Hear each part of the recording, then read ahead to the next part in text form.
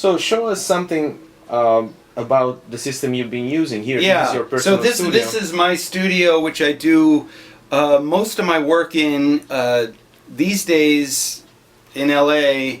I'd say it used to be every day I'd be going to a studio in Hollywood or the Valley to do a session at a real studio. Right. And then in the 2000s, especially the last 3 or 4 years, it's become more and more and more working in your own studio. For me, it's so great because I can get dialed in here because all I do is guitar overdubs, where someone like Michael Bolton can come over and we can spend the afternoon working on his song, and the whole thing of having to cartage and get it set up at another studio and having to dial in, which I used to do, just that was my everyday thing. Well, one thing was I was finding I wanted the pedals on the floor in front of me instead of over in some rack. You wanted to control them. Yeah, and also like it's kind of out of sight, out of mind. You know, when it's over there, you're not thinking about it. When I'm seeing it right there, I'm like, I haven't used that in a while. This, you know, that kind of thing. And so I little by little took the stuff out of the rack, put it on the floor again, you know, and people freak out. I mean, there's been some pictures on the internet and Facebook of my pedal board, and the comments are always like, people can't believe it's so messy that the sound is clean. Right. But the thing is, it's good cables, and my signal's actually only going through a couple of pedals. The rest of it is being sent out to, but I'll go through that. Yeah. So I have...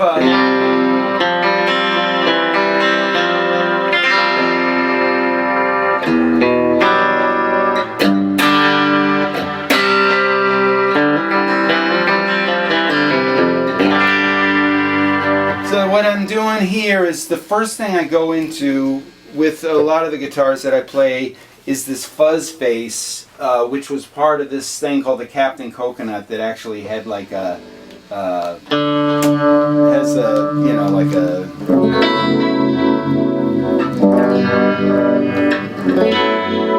it has a univibe thing, but I don't use that much. I just kind of use it for the clean sound of the fuzz face, which when you take your guitar all the way up, it's fuzzy. When you dial it back to like 7 or 8, you get this great clean sound that's really something I discovered. I didn't realize that was the cool Hendrix thing. It's like when you back your... So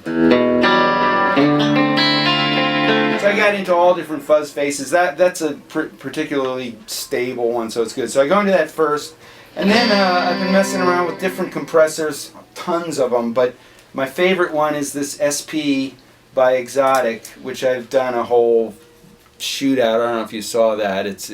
They just released this, but I did this shootout between this and like 6 other compressors. It's actually pretty interesting if you get a chance on YouTube. You know? So then I go into that. And I have these couple of different overdrives. These are always changing, which I have a whole choice of. I have tons of these other overdrives, like most guitar players. I have a lot of them. But according to the song or whatever I'm into, I like to try different ones here. And this is an easy place. I have the power. I can put 4 or 5 of them here and not disturb any of the pedal board here. Then I go from there into this this thing. It's called the fuzz bubble. It's again, it's like a overdrive thing. That's actually really good. Then I go into this Joe Meek compressor. You can't really see it, which acts as a buffer. It actually has a volume that even when the pedal is off, the volume works. It's like a really good quality buffer. And as if that wasn't enough, I go into this Roger Mayer pedal, which is also buffered, but I use that to split my signal to go into this TC tuner, which is my favorite tuner. And I actually have another one of these SP compressors here, which has a different setting on it. This is the prototype they gave me, and then they came out with the production model, which has 4 dip switches inside that just have like different attack, like a faster attack and stuff. But actually, the first one they gave me was perfect the way it was. So then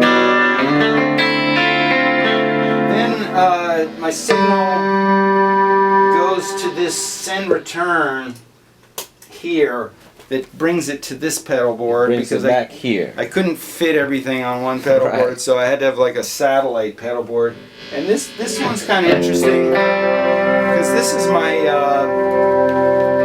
kind of where I can get some more like odd kind of sounds. I use the boomerang, this guy a lot, you know.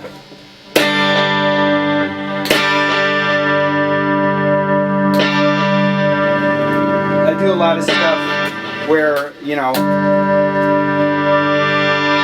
I do like a reverse into the chorus of a song or something, and so I use that a lot. That's on one loop, and then the first loop has like has the pog. This is the pog. Yeah, this is the pog. Which I'll do stuff like, well, I do a lot of stuff with it, but, so that's a pog, and I've also got this ring thing, which has a lot of great sounds on it. A lot of different kind of.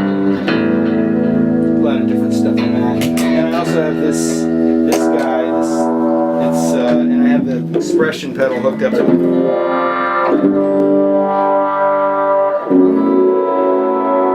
Which I use in combination with this guy over here, another one I'll be showing you in a second called the slicer.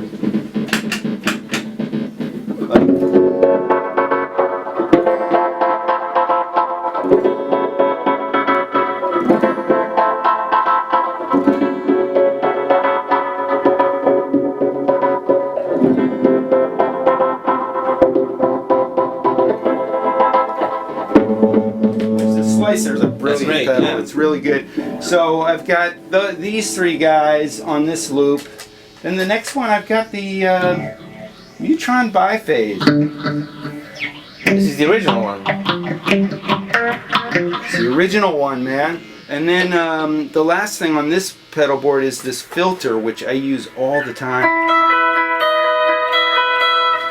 It's really easy to use. It's called a Vermona.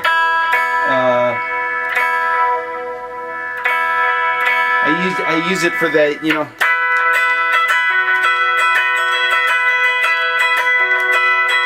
Another sound which goes great on records, and people like it because it's got that sort of, you know, sound they hear on Coldplay and stuff like that. But and you can get some interesting things with like.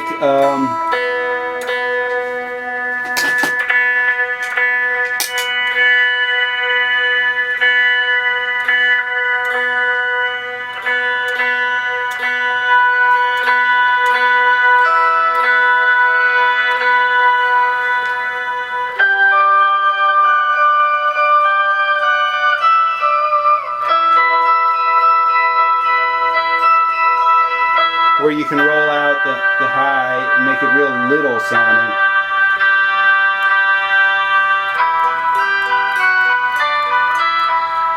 That kind of thing. Right. So I send out to this thing when I want one of those pedals. And this is the satellite pedal. Yeah, and I just use a little Keeley send return to go to that guy.